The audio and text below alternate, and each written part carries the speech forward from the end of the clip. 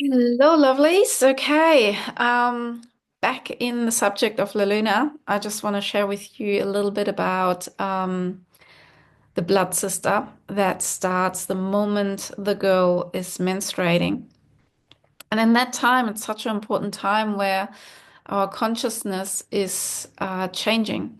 Something majorly shifts, and it's a very, very sacred time for any woman.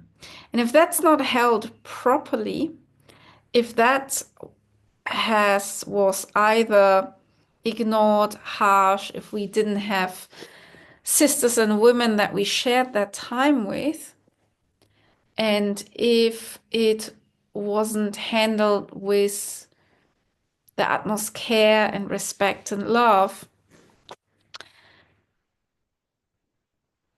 we are often today not in touch with our femininity, with our what is femininity. We don't have a connection to our cycle.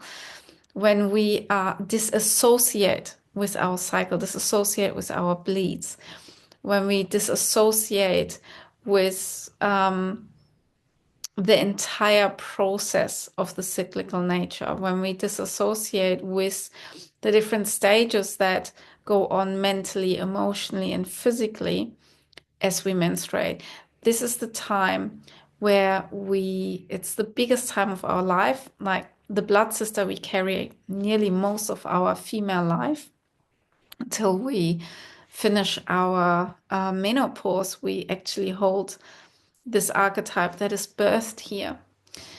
And depending how it started will define our connection to the inherent power that sits within that cycle. It's also a time where we learn what it is to be a blood sister. And the blood sister doesn't envy, doesn't judge, and doesn't gossip. A blood sister shoulder to shoulder. You don't have to like the same things. You don't have to do the same things. And it's not only one, it's about a tribe of women, a circle of women, where especially the differentiation is important, but what connects you is you're bleeding together and you go through similar emotions together and you get similar access to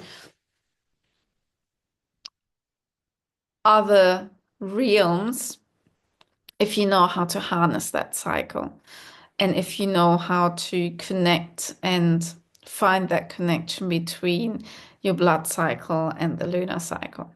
So the blood sister is really one of the really important archetypes where we learn how to really take care of that cyclical way and harness, therefore, our most powerful times every month and how we can actually navigate life in a more empowering way. Because otherwise, we're always disassociated, disconnected, and that then shows up. It can show up through manifested disease, manifested reproductive issues, manifested infertility, manifested dysmenorrhea, manifested or no bleeds.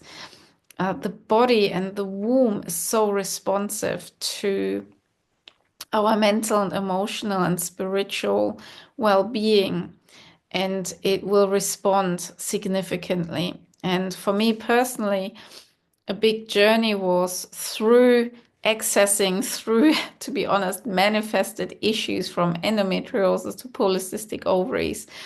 I found my way back into what it is to be a blood sister for myself and for others and how to navigate that cyclical space. So it came through suffering that I actually returned into the balance. Yeah. And we often have somewhere suffering or disassociation with that.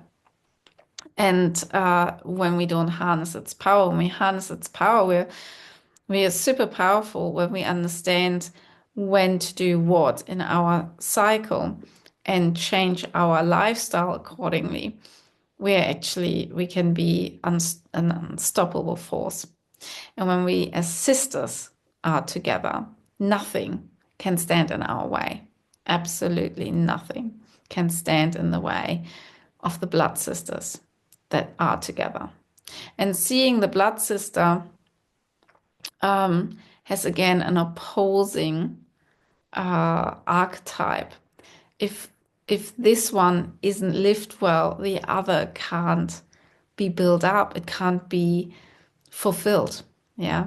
So the foundation of the first archetypes is so important because everything else on top won't be accessed properly. So maybe you want to give me a comment below or ask some questions if you're interested to learn more about the archetypes and yeah, what happens when we don't enliven them. I'd love to hear from you. Stay tuned. We'll be back in a couple of days.